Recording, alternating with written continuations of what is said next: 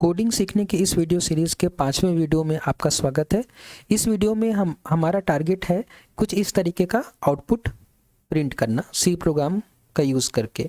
हम क्या करेंगे कि हम ऐसा प्रोग्राम लिखेंगे जिसमें कंप्यूटर यूज़र से 2 नंबर मांगे, ठीक है। यूज़र कंप्यूटर को 2 नंबर दे और कंप्यूटर उन नंबर्स के बीच में डिफरेंट ऑपरेशंस लगाकर उनका आउटपुट हमें वापस करे। तो चलिए शुरू करते हैं। सबसे पहले ऐसा कोड लिखने के लिए कुछ चीज़ें हैं जो जान लेना बहुत ज़रूरी हो जाता है, ठीक है। तो पहले हम ये सारी चीज़ें समझ लें, उसके बाद हम उस कोड को बहुत आसानी से समझ पाएंगे, ठीक है। जैसे कि मैंने आपसे शुरू में प्रॉमिस किया था कि हम जैसे जैसे कोड करते जाएंगे वैसे वैसे हम थ्योरी पढ़ते जाएंगे। हम ऐसा नहीं करेंगे कि हम पहले थ्योरी पढ़ लें और बाद में हम प्रैक्टिकल करें। हम साथ में ही प्रैक्टिकल और साथ में ही थ्योरी हम पढ़ते जाएंगे। तो उस पर्टिकुलर कोड के लिए जो मिनिमम थ्योरी हो सकती है वो मैंने यहाँ पे ऐड करी है। उसके बाद हम प्रोग्राम लिखना शुरू करेंगे। तो कोड करने के लिए आपको वेरिएबल पता होना चाहिए क्या है, डेटा टाइप्स पता होना चाहिए क्या है, और फॉर्मेट स्पेसिफायर्स का भी पता होना चाहिए, और स्कैनफ फंक्शन पता होना चाहिए कि क्या होता है। तो सबसे पहले वेरिएबल्स, ठीक है। वेरिएबल्स जैसे कि हमें नाम से ही पहले से ही पता है, वेरिएबल्स को अगर हम अलग अलग करें तो ये 2 शब्दों से मिलकर बना है वेरिएबल, मतलब जो वेरी हो सके, जो वेरी होने के लिए एबल हो, ठीक है, जो चेंज हो सके। तो variables are similar to containers that can store values. तो वेरिएबल्स जो हैं वो कंटेनर्स की तरह होते हैं जो कि वैल्यूज़ स्टोर कर सकते हैं। The values store in the variable में vary over the course of the programme.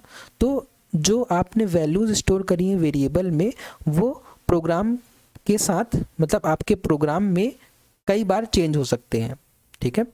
अब देखिए, वेरिएबल का नाम जान के आपको शायद मैथ में वेरिएबल और कांस्टेंट याद आ रहे होंगे। एकदम सेम वैसा ही है। जैसे मान लीजिए कि x + y = 5, तो यहाँ पे x और y जो है वेरिएबल है और 5 जो है वो कांस्टेंट है, ठीक है। तो x और y की वैल्यू वेरी कर सकती है। x की वैल्यू 1 हो सकती है, y की वैल्यू 4 हो सकती है, x की वैल्यू 2 हो सकती है, y की वैल्यू 3 हो सकती है, ठीक है। तो वही वेरिएबल है ये, जिसमें आप कोई वैल्यू असाइन कर सकते हो, और वो वैल्यू जो है वो जैसे जैसे आपका प्रोग्राम रन होना आगे बढ़ेगा तो वो वैल्यूज जो है वो चेंज हो सकती है, ठीक है। अब अभी हम करके देखेंगे तो आपको क्लैरिटी और ज़्यादा बढ़ जाएगी इसकी।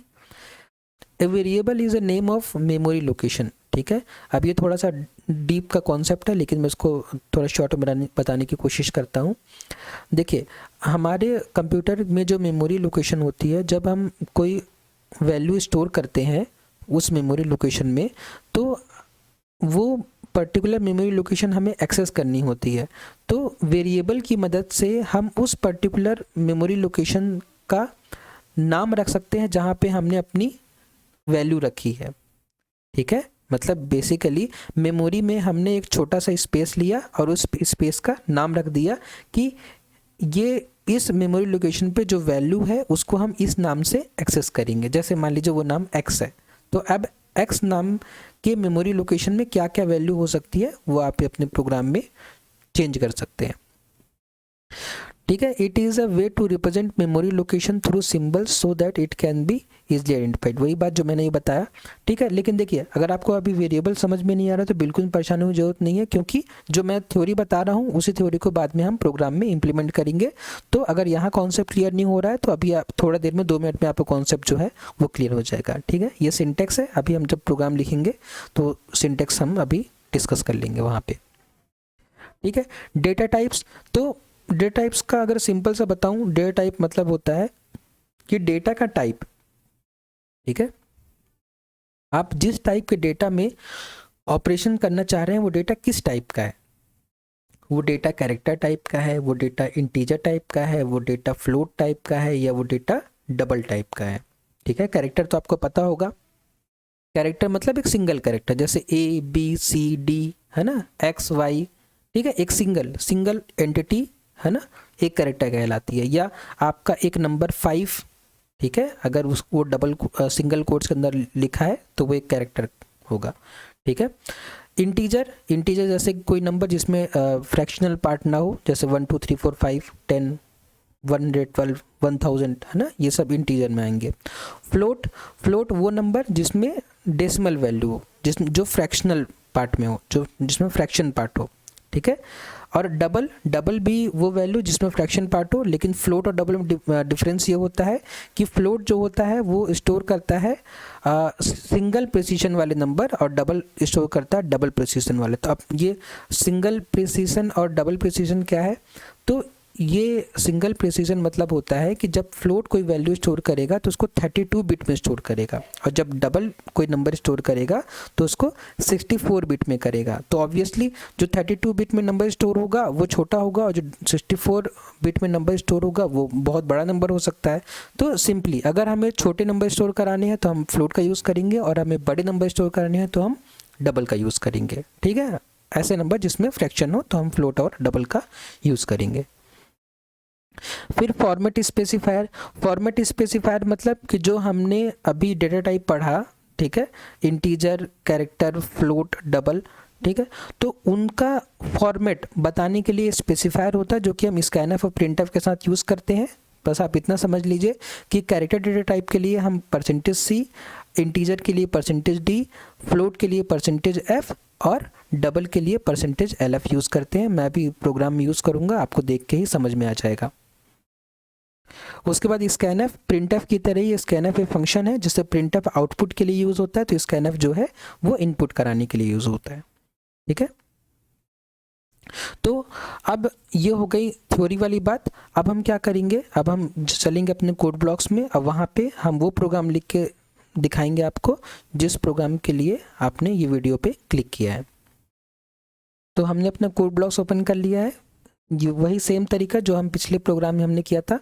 कोई फाइल सेव करने के लिए हम पहले न्यू में जाएंगे, एम्प्टी फाइल में जाएंगे। एम्प्टी फाइल में जाने के बाद हम क्या करेंगे, हम सेव में जाएंगे। सेव में जाके अपनी फ़ाइल का नाम देंगे। मान लीजिए कि मेरी फ़ाइल का नाम है operation between two numbers. Okay, देखिए आप अपने प्रोग्राम का नाम ऐसा लिखिए कि जब आप अपने प्रोग्राम को बाद में देखें तो आपको समझ में आ जाए कि ये प्रोग्राम किस लिए बनाया गया था। ठीक है, इसलिए मैंने नाम ऐसा रखा जो हम एक्चुअल में करने वाले हैं। ठीक है, तो इसको मैंने सेव कर दिया। अब सेव करने के बाद, ठीक है, अब सबसे पहला जो एक अच्छी हैबिट है, ठीक है, सबसे पहले हम अपने इस कोड ब्लॉक्स का फॉन्ट साइज बढ़ा लेते हैं। कैसे बढ़ाएंगे, हम कंट्रोल बटन को प्रेस करेंगे और माउस से स्क्रॉल करेंगे, अप स्क्रॉल। ठीक है, उससे हमारा फॉन्ट की साइज जो होगी वो बढ़ जाएगी। अब देखिए सबसे पहले हम लगाएंगे कमेंट। कमेंट में हम क्या करेंगे, देखिए मैंने पहले ही बताया था आपको कि जो कमेंट्स में जो लाइन होती है वो कंपाइलर एग्जीक्यूट नहीं करता। कमेंट होता है हम यूज़र के लिए समझने के लिए कि ये प्रोग्राम किस लिए है, या कुछ ऐसी इंपॉर्टेंट इन्फॉर्मेशन जो आप लिखना चाहते हैं कि आपको याद रहे कि आपने यहाँ पे क्या किया था।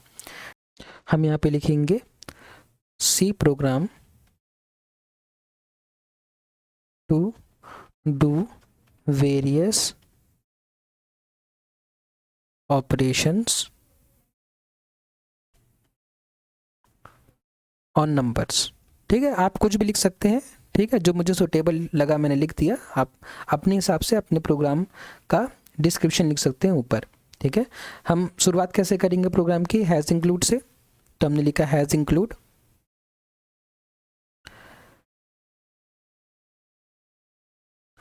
stdio.h। ठीक है, मैंने लास्ट वीडियो में बताया था कि इसका यूज़ क्या होता है। फिर हम लिखेंगे void main। ठीक है, प्रोग्राम में आराम से लिख रहा हूँ ताकि आप समझ पाएँ कि मैं एक्चुअली कर क्या रहा हूँ। अब देखिए हमारा प्रोग्राम है कि हमें दो नंबर्स के बीच में ऑपरेशन कराने हैं। कौन कौन से ऑपरेशन कराने हैं, एडिशन, सब्ट्रैक्शन, मल्टीप्लिकेशन और डिवीज़न। तो वो जो दो नंबर होंगे हम फिक्स तो नहीं कर देंगे। अगर हम फिक्स कर देंगे तो फिर हमारा प्रोग्राम स्टैटिक हो जाएगा। जब भी हम कोडिंग करते हैं, जब भी हम प्रोग्रामिंग करते हैं तो हम अपने प्रोग्राम को डायनेमिक बनाते हैं। डायनेमिक बनाते हैं मतलब कि वो यूज़र के हिसाब से चले, ठीक है, ना कि रोबस्ट हो कि जो वो जिस चीज़ के लिए प्रोग्राम बस वही करे। ठीक है, तो ऐसा नहीं। तो हम चाहते हैं कि हमारा जो प्रोग्राम है वो दो नंबर ले यूज़र से और उन दो नंबर्स के बीच जो यूज़र ने दिए हैं उनके बीच कुछ ऑपरेशन परफॉर्म करे। तो अब वो दो नंबर कौन से होंगे वो हमको भी नहीं पता और यूज़र को भी नहीं पता, तो हम वही दो नंबर को वेरिएबल्स में रखेंगे। क्यों? क्योंकि वेरिएबल्स की वैल्यू वेरी हो सकती है। आपने एक बार रन किया प्रोग्राम तो आपने वैल्यू कुछ रखी, आपने दूसरी बार रन किया तो आपने वैल्यू कुछ रखी, तो इसीलिए हम वेरिएबल ले लेंगे। ठीक है, दो वेरिएबल लिया मैंने ए और बी।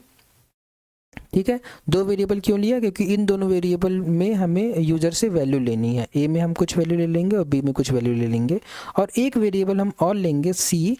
इसमें हम क्या करेंगे, इसमें हम दोनों का ऑपरेशन करने के बाद जो आंसर आया है वो हम सी में रखेंगे, और ये तीनों वेरिएबल हमें बताने पड़ेंगे किस टाइप के हैं। तो हम बता दिए तीनों वेरिएबल जो है इंट टाइप के। इंट टाइप का मतलब इंटीजर टाइप के। ठीक है, फिलहाल के लिए अब शुरुआत हम ऐसे ही करते हैं कि हमने तीन वेरिएबल लिए और तीनों वेरिएबल किस टाइप के हैं? इंटीजर टाइप के हैं। ठीक है, मतलब ये तीनों वेरिएबल इंटीजर वैल्यू ही स्टोर कर सकते हैं, है ना।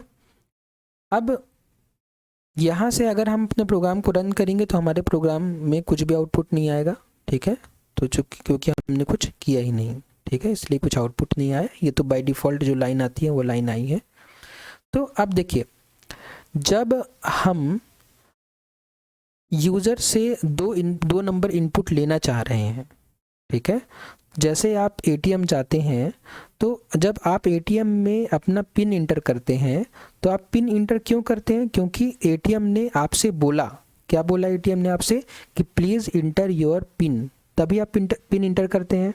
अगर मान लीजिए आप एटीएम गए और वहाँ पे ब्लैंक स्क्रीन आ गई तो आपको कैसे पता चलेगा कि पिन इंटर करना है? ठीक है, तो इसका मतलब ये हुआ कि अगर आपको यूज़र से कुछ इनपुट लेना है तो आपको एक मैसेज देना पड़ेगा यूज़र को बताने के लिए कि प्लीज़ इनपुट समथिंग। ओके, तो हम वही करेंगे। तो अगर हमें आउटपुट स्क्रीन में कोई मैसेज देना है यूज़र के लिए तो हम किसका यूज़ करेंगे? प्रिंटफ का यूज़ करेंगे। ठीक है, अब प्रिंटफ में डबल कोट्स के अंदर हम वो लिखेंगे जो हम आउटपुट स्क्रीन में देखना चाह रहे हैं। हम आउटपुट स्क्रीन में क्या देखना चाह रहे हैं? कि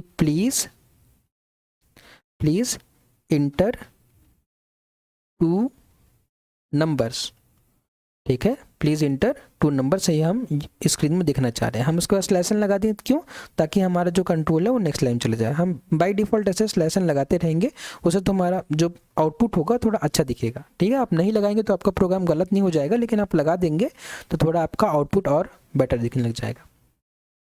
देखिए, तो मैंने इतना लिखा, तो अब अगर इस प्रोग्राम को मैं रन करूँ तो देखिए प्लीज़ इंटर 2 नंबर, है ना, अभी मैसेज आ गया। लेकिन आप अगर इस प्रोग्राम को रन कर रहे हैं तो आप देख रहे हैं कि प्लीज़ इंटर 2 नंबर लिख के ये प्रोग्राम फिर बंद हो गया। ठीक है, ये तो रुका ही नहीं 2 नंबर लेने के लिए। जब आपके प्रोग्राम ने बोला है कि प्लीज़ इंटर 2 नंबर, मतलब यूज़र से बोल रहा है कि 2 नंबर इंटर करिए, तो प्रोग्राम को रुकना चाहिए ना कि 2 नंबर लेने के लिए। अब भाई जब प्रोग्राम ही बंद हो गया तो यूज़र 2 नंबर कैसे देगा? तो उस स्क्रीन को यहाँ पे रोकने के लिए कि यूज़र 2 नंबर दे तो प्रोग्राम उसको ले भी तो हम यूज़ करेंगे स्कैनफ का। ठीक है, स्कैनफ एक फंक्शन है प्रिंटफ की तरह ही। प्रिंटफ जो है वो कंसोल स्क्रीन में आउटपुट प्रिंट करने के लिए होता है। हमें अगर कंसोल स्क्रीन में कुछ प्रिंट कराना उसके लिए होता है, और स्कैनफ होता है हमें स्क्रीन से, इस स्क्रीन से कुछ लेना हो वापस। ठीक है, तो उसके लिए स्कैनफ होता है। देखिए मैं दिखाता हूँ आपको। आपने प्रिंटफ के बाद जब आपका ये मैसेज प्रिंट हो गया, आपने लिखा स्कैनफ। स्कैनफ करके आपको क्या लेना है? आपको 2 वैल्यू लेनी है यूज़र से। क्यों? क्योंकि आपने इसके ऊपर मैसेज दिया है कि प्लीज़ इंटर 2 नंबर, तो यूज़र 2 नंबर इंटर करेगा। ठीक है, तो 2 नंबर इंटर करेगा तो आपको 2 नंबर लेना भी पड़ेगा। तो आप वो 2 नंबर किस में लेंगे? आप 2 नंबर ए और बी में लेंगे। ठीक है, लेकिन स्कैनफ का सिंटेक्स बस इतना ही नहीं है। आपको 2 नंबर लेने के लिए आपको लगाना पड़ेगा %। ठीक है, इसका लॉजिक आएगा आगे। ठीक है, नहीं तो वीडियो फिर बहुत लंबा हो जाएगा। बस आप ये जान लीजिए अभी कि जब भी आपको स्कैनफ यूज़ करना हो, ठीक है, तो आपको जिस भी वेरिएबल में वैल्यू यूज़र से लेनी हो तो उस वेरिएबल के नाम के पहले %साइन लगाना बहुत इंपॉर्टेंट है। अगर आप नहीं लगाएंगे तो आपका प्रोग्राम रन नहीं करेगा। ठीक है, लेकिन स्कैनफ का सिंटेक्स अभी भी ख़त्म नहीं हुआ। अभी सी प्रोग्राम में थोड़ा सा इसका एनफ सिंटैक्स बड़ा है। इसके पहले आपको बताना पड़ेगा कि जो आप दो इनपुट ले रहे हैं यूज़र से वो किस टाइप के हैं। तो जो दो इनपुट हम यूज़र से ले रहे हैं वो इंटीजर टाइप के हैं, दोनों वैल्यू इंटीजर हैं। तो इंटीजर के लिए फॉर्मेट स्पेसिफायर क्या था, मैंने थोड़ी देर पहले बताया था आपको। इंटीजर के लिए फॉर्मेट स्पेसिफायर था %d। तो आप लगा देंगे %d, %d, ठीक है। उसके बाद आप जैसे ही डबल कोट्स खत्म होगा आप यहाँ पे लगा देंगे कॉमा, ठीक है। अब ये आपका स्कैनफ का जो सिंटेक्स था वो पूरा हो गया, ठीक है। आपने बताया कि यूज़र जो दो वैल्यू देगा उसको आप ए और बी में लेंगे और दोनों वैल्यू जो होगी वो किस टाइप की होगी, इंटीजर टाइप की है, ठीक है। इंटीजर के लिए जो फॉर्मेट स्पेसिफायर था, फॉर्मेट स्पेसिफायर मतलब जो वेरिएबल का फॉर्मेट बताया कि किस टाइप का वेरिएबल है, ठीक है। तो वो इंटीजर टाइप के, तो दो वेरिएबल, तो हमने दो फॉर्मेट स्पेसिफायर, है ना। अब इसको रन करें, देखिए अब रन करने के बाद देखिए ये रुका हुआ है, पहले नहीं रुक रहा था हमारा प्रोग्राम जो है वो प्लीज़ इंटर 2 नंबर के बाद बंद हो जा रहा था। अब मैं यहाँ पे कोई भी 2 नंबर ना स्पेस लगा दे सकता हूँ, इंटर कर सकता हूँ और फिर ये हमारा अब प्रोग्राम जाके ख़त्म हुआ जब उसने 2 नंबर ले लिया तो, ठीक है। अब 2 नंबर तो ले लिया हमारे प्रोग्राम ने, लेकिन 2 नंबर के बीच ऑपरेशन भी तो करने हैं, ठीक है। हमारा प्रोग्राम बस 2 नंबर को इनपुट कराना थोड़ी ना था, हमारा प्रोग्राम तो था कि 2 नंबर इनपुट करा के उनके बीच ऑपरेशन कराना है, ठीक है। कौन कौन से, एडिशन, सब्ट्रैक्शन, मल्टीप्लिकेशन और डिवीज़न, ठीक है।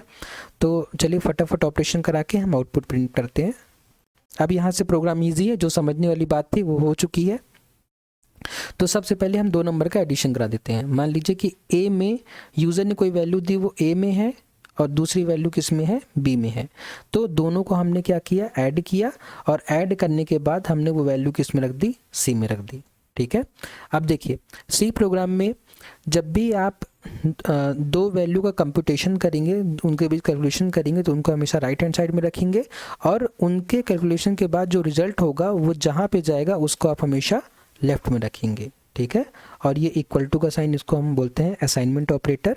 असाइनमेंट ऑपरेटर क्या करेगा, इनके ऑपरेशन से जो वैल्यू आई है उसको इस वेरिएबल में असाइन कर देगा। मतलब कि यूज़र ने जो भी 2 वैल्यू दी हैं उनको ऐड करके आंसर किस में आ जाएगा, सी में। मतलब अगर हमको उनके एडिशन का आंसर चाहिए तो हमको क्या प्रिंट कराना पड़ेगा, सी, ठीक है। तो अब मैं यहाँ पे प्रिंट कर लूँ printf।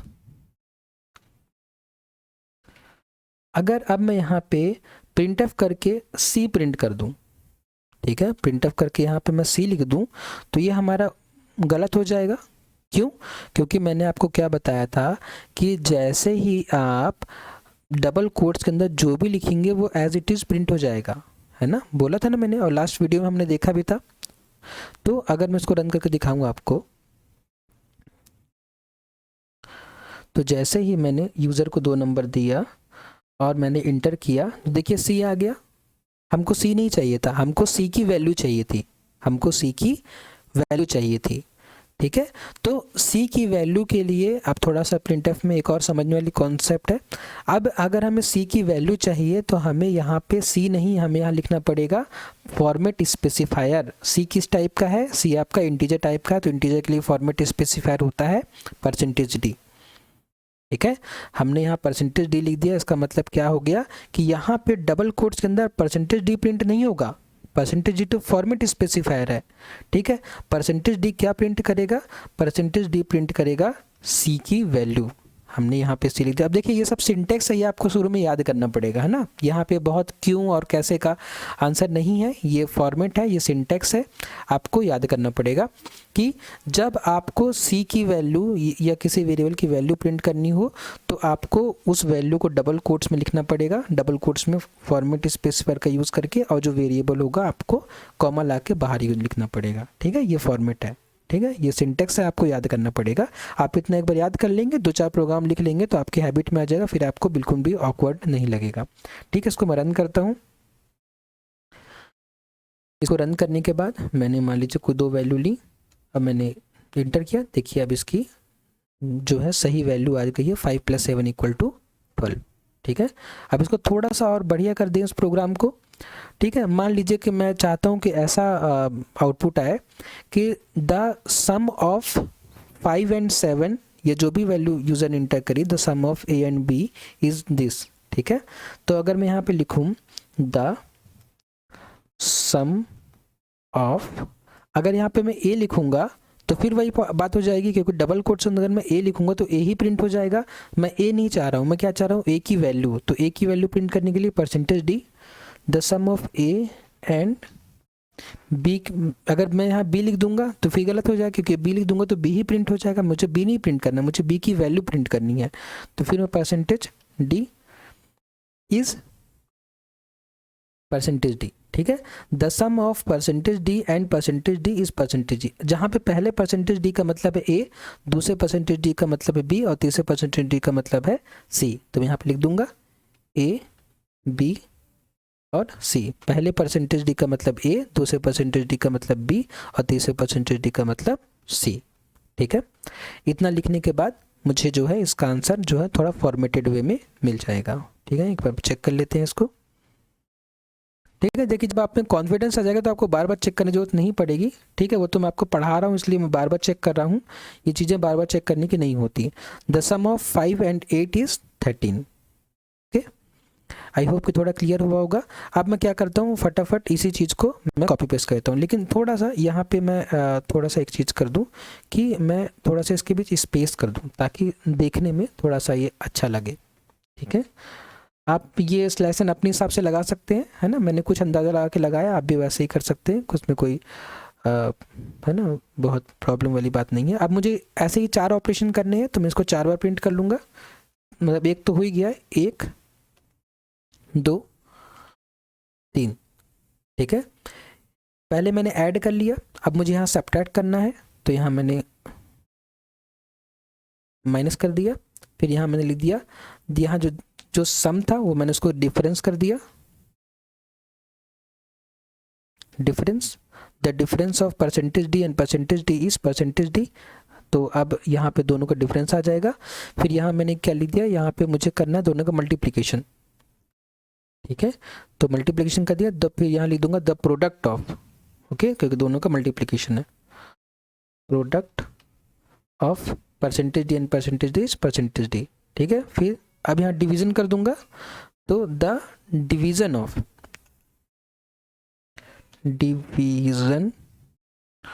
Percentage D and percentage D is percentage D, ठीक है। अब इसको प्रोग्राम को रन कर लें एक बार। अब देखिए क्या प्रॉब्लम आती है।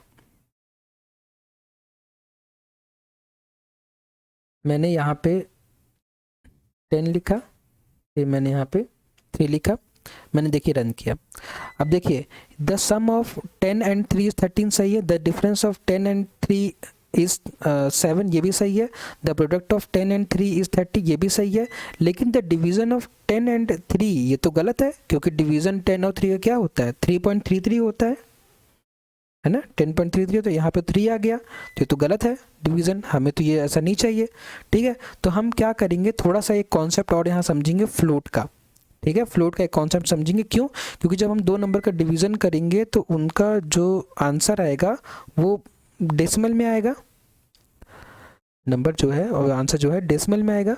तो हम क्या करते हैं कि ये जो सी हमारे इंटीजर में है इसको हम कर देते हैं फ्लोट। क्यों, क्योंकि सी में जो आंसर आना चाहिए वो आना चाहिए डेसिमल में। क्यों, क्योंकि जब 2 नंबर का डिवीज़न कर रहे हैं और दोनों नंबर जो है पूरी तरह डिवाइड नहीं हो रहे हैं तो उनका जो आंसर है वो फ्रैक्शन में आएगा। तो अब मैंने क्या किया, मैंने फ्लोट सी को फ्लोट कर दिया। अब देखिए उससे एक चीज़ हमें और चेंज करनी पड़ेगी। जब इंटीजर का फॉर्मेट स्पेसिफायर मैंने परसेंटेज डी बताया था, तो फ्लोट का फॉर्मेट स्पेसिफायर मैंने क्या बताया था, परसेंटेज एफ। तो हमें जहाँ जहाँ हम सी प्रिंट कर रहे हैं वहाँ वहाँ हमें परसेंटेज एफ करना पड़ेगा, ठीक है। जहाँ जहाँ हम सी प्रिंट कर रहे हैं वहाँ वहाँ हमें क्या करना पड़ेगा, परसेंटेज एफ करना पड़ेगा। तो मैं यहाँ पे सी की वैल्यू यहाँ पे प्रिंट कर रहा हूँ, तो यहाँ पे मैंने परसेंटेज एफ कर दिया, ठीक है। उसके बाद मैं यहाँ पे सी की वैल्यू प्रिंट कर रहा हूँ तो यहाँ पे मैंने परसेंटेज एफ कर दिया। यहाँ पे मैं सी की वैल्यू प्रिंट कर रहा हूँ तो यहाँ पे परसेंटेज एफ, और यहाँ पे भी सी की वैल्यू प्रिंट कर रहा हूँ तो यहाँ पे भी परसेंटेज एफ मैंने लिख दिया, ठीक है। अब देखिए, अब मैं होप करता हूँ कुछ बदलेगा, तो फिर मैंने रन किया मैंने रन किया, मैंने यहाँ 2 नंबर लिखे 10 और 3, मैंने रन किया। देखिए कुछ बदला तो है लेकिन अभी भी आंसर हमारा सही नहीं आया। 3.00 तो आया लेकिन 3.00 आंसर थोड़ी ना होगा, आंसर तो होगा 3.333। ओके, तो अब उसके लिए एक और कॉन्सेप्ट समझिए सी प्रोग्रामिंग का, इतने आसान नहीं है ना, थोड़े कॉन्सेप्ट्स हैं जो कि आपको समझने चाहिए। जब भी आपने, बाकी सब सही आया है, जब भी आप 2 इंटीजर नंबर का डिवीज़न करेंगे तो उसका आंसर जो होगा, देखिए जैसे यहाँ पे 10 और 3 डिवाइड हुआ तो 10 भी इंटीजर 3 भी इंटीजर, जब आपने दोनों को डिवाइड किया तो उसका आंसर क्या आया, 3 आया, क्योंकि जब इंटीजर इंटीजर को डिवाइड करेंगे तो आंसर भी इंटीजर ही आएगा। अब वो 3 आपने सी को दिया तो 3 ने क्या मान लिया, उसको 3.00 मान लिया। मतलब अगर आपको सही आंसर लाना है तो आपको ए और बी दोनों में से एक जन को फ्लोट करना पड़ेगा। तो हम ए को फ्लोट कर देते हैं। ए को फ्लोट करने का तरीका ऐसा है कि आप यहाँ ब्रैकेट लगाइए और यहाँ पे लिख दीजिए फ्लोट, ठीक है। इसके अलावा एक और तरीका भी है, हाँ बिल्कुल सही, उसके अलावा एक और तरीका है कि आप यहाँ पे इंटीजर की जगह फ्लोट कर दीजिए, दोनों में से एक जन को फ्लोट कर दीजिए, या आप ए को उठा के यहाँ कर दीजिए, ठीक है, या बी को उठा के आप यहाँ कर दीजिए इनके साथ में। मतलब आपको बस कुछ नहीं करना है, ए और बी में से एक को फ्लोट बना देना है। लेकिन जब आप फ्लोट बनाएंगे तो आपकी काफ़ी सारी चीज़ें चेंज जाएंगी, ठीक है। ऊपर से अगर फ्लोट बनाएंगे तो आपको यहाँ पे भी फॉर्मेट स्पेसिफाई करना पड़ेगा, यहाँ पे भी, तो इसीलिए मैं शॉर्टकट के तौर पर मैं यहाँ पे फ्लोट कर देता हूँ, तो इससे बाय डिफ़ॉल्ट ए फ्लोट हो जाएगा। और जब एक फ्लोट नंबर एक इंटीजर नंबर को डिवाइड करेगा तो आंसर फ्लोट में आएगा, जो कि सी में ही फ्लोट में जाएगा और हमारा आंसर जो है वो सही हो जाएगा, ठीक है। मैं इसको वापस रन करूँ, मैं इसको डिवाइड करूँगा, मतलब 2 नंबर लूँगा 10 और 3, मैं एंटर करूँगा और ये देखिए अब आपका सारे जवाब सही हैं। The sum of 10 and 3 is 13, the difference of 10 and 3 is 7, the product of 10 and 3 is 30 और the division of 10 and 3 is 3.333, ठीक है। तो आई होप कि ये कॉन्सेप्ट आपको समझ में आया होगा। अगर नहीं आया है तो प्लीज़ मुझे कमेंट बॉक्स पे बताइए कि कहाँ मैं थोड़ा जल्दबाजी कर गया और कहाँ पे कॉन्सेप्ट थोड़ा सा समझाने में कमी रह गई, है ना। मैं एक और वीडियो बना दूंगा इसके लिए, आपको और बेहतर ढंग से समझाने के लिए, ठीक है। तब तक के लिए थैंक्स फॉर वॉचिंग।